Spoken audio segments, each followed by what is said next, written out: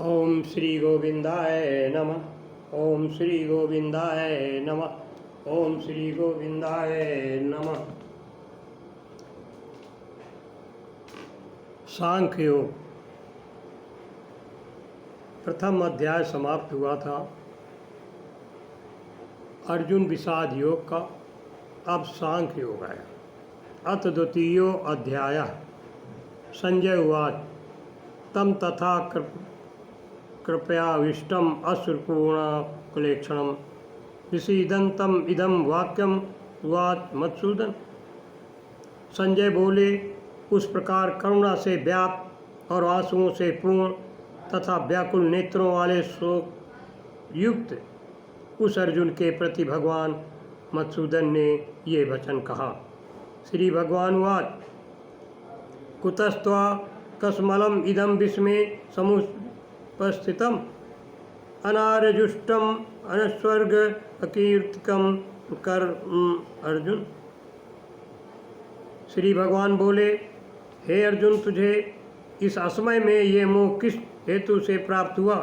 क्योंकि न तो ये श्रेष्ठ पुरुषों द्वारा आचरित है और न स्वर्ग को देने वाला है और न कीर्ति को करने वाला ही है। क्लैब्यम माँ इसम पार्थ न एतत् उपपद्यते क्षुद्रम हृदय दौर्बल्यम त्यक्तो उत्तिष्ठ परंतप। इसलिए हे अर्जुन, नपुंसकता को मत प्राप्त हो, तुझमें ये उचित नहीं जान पड़ती। हे परंतप, हृदय की तुच्छ दुर्बलता को त्याग कर युद्ध के लिए खड़ा हो जा।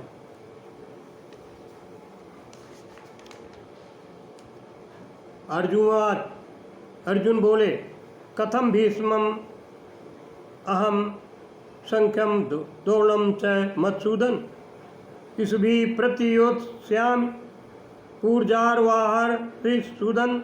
अर्जुन बोले, हे मधुसूदन, मैं रणभूमि में किस प्रकार बाणों से भीष्म पितामह और द्रोणाचार्य के विरुद्ध लड़ूंगा, क्योंकि ये अर्जुसूदन वे दोनों ही पूजनीय हैं।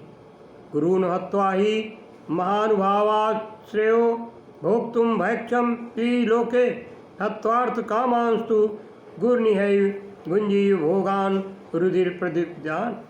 इसलिए इस महानुभाव गुर्जन को न मारकर मैं इस लोक में भिक्षा का अन्न भी खाना कल्याणकारक समझता हूँ, क्योंकि गुर्जनों को मार कर भी इस लोक में रुधिर से सने हुए अर्थ और काम रूप भोगों को ही तो भोगूंगा। न च एतत् विद्मः कतरन्नो गरीयो यद्वा जयेम यद्वा नो जयेयुः यान्यो हत्वा न जिजीविषाम स्थिताः प्रमुखे धृतराष्ट्रा। हम ये भी नहीं जानते कि हमारे लिए युद्ध करना और न करना इन दोनों में से कौन सा श्रेष्ठ है, अथवा ये भी नहीं जानते कि उनमें हम जीतेंगे या हमको वे जीतेंगे, और जिनको मारकर हम जीना नहीं चाहते वही हमारे आत्मीय धृतराष्ट्र के पुत्र हमारे मुकाबले में खड़े हैं। कापर्ण दोषो अपरत स्वभावा पृच्छामि त्वाम धर्म सम्मुचेता यत् श्रेया स्यान्निश्चितम ब्रूहि तन्मे शिष्यते अहम साधु माम त्वाम प्रपन्ना। इसलिए कायरता रूप दोष से उपहत हुए स्वभाव वाला तथा धर्म के विषय में मोहित चित्त हुआ मैं आपसे पूछता हूँ कि जो साधन निश्चित कल्याणकारक हो वो मेरे लिए कहिए, क्योंकि मैं आपका शिष्य हूँ। इसलिए आपके शरण हुए मुझको शिक्षा दीजिए। नहीं प्रपश्याम मम पुण्यज्ञात शोकम उत्शोकमस्प्रणिमिन्द्रियाणाम अवाप्य भूमावसंपन्नं मृदम राज्यम सुरामपि चाधिपत्यम। क्योंकि भूमि में निष्कंटक धन धान्य संपन्न राज्य को और देवताओं के स्वामीपन को प्राप्त होकर भी मैं उस उपाय को नहीं देखता हूँ जो मेरी इंद्रियों के सुखाने वाले शोक को दूर कर सके। संजय बोले, एवं मुक्त्वा ऋषिकेशम गुराकेशा परंतप। नयोत्स इति गोविंदम उक्त्वा तूष्णीम बभूव। संजय बोले, हे राजन, निद्रा को जीतने वाले अर्जुन अंतर्यामी श्री कृष्ण महाराज के प्रति इस प्रकार कहकर फिर श्री गोविंद भगवान से युद्ध नहीं करूँगा, ये स्पष्ट कहकर चुप हो गए। तो मुआच ऋषिकेशा प्रसन्नम यु भारत सेनयोर भयोर पद्ये विषीदंत इदम वचा। हे भरतवंशी धृतराष्ट्र अंतर्यामी श्री कृष्ण महाराज दोनों सेनाओं के बीच में शोक करते हुए उस अर्जुन को हंसते हुए से ये वचन बोले। श्री भगवान बोले, अशोच्याननो शोचस्तम प्रज्ञावादाश्च भाषसे गतासून गतांशुश्च नान शोचन्ति पंडिता। श्री भगवान बोले, हे अर्जुन, तू न शोक करने योग मनुष्यों के लिए शोक करता है और न पंडितों के से वचनों को कहता है, परंतु जिनके प्राण चले गए हैं उनके लिए और जिनके प्राण नहीं गए हैं उनके लिए भी पंडित जन शोक नहीं करते। न तो एव अहम जातु नासम न त्वं न इमे जनाधिपा न चैव न भविष्यामः सर्वे वयम अतः परम। न तो ऐसा ही है कि मैं किसी काल में नहीं था, तू नहीं था, अथवा ये राजा लोग नहीं थे, और न ऐसे ही है कि इससे आगे हम सब नहीं रहेंगे।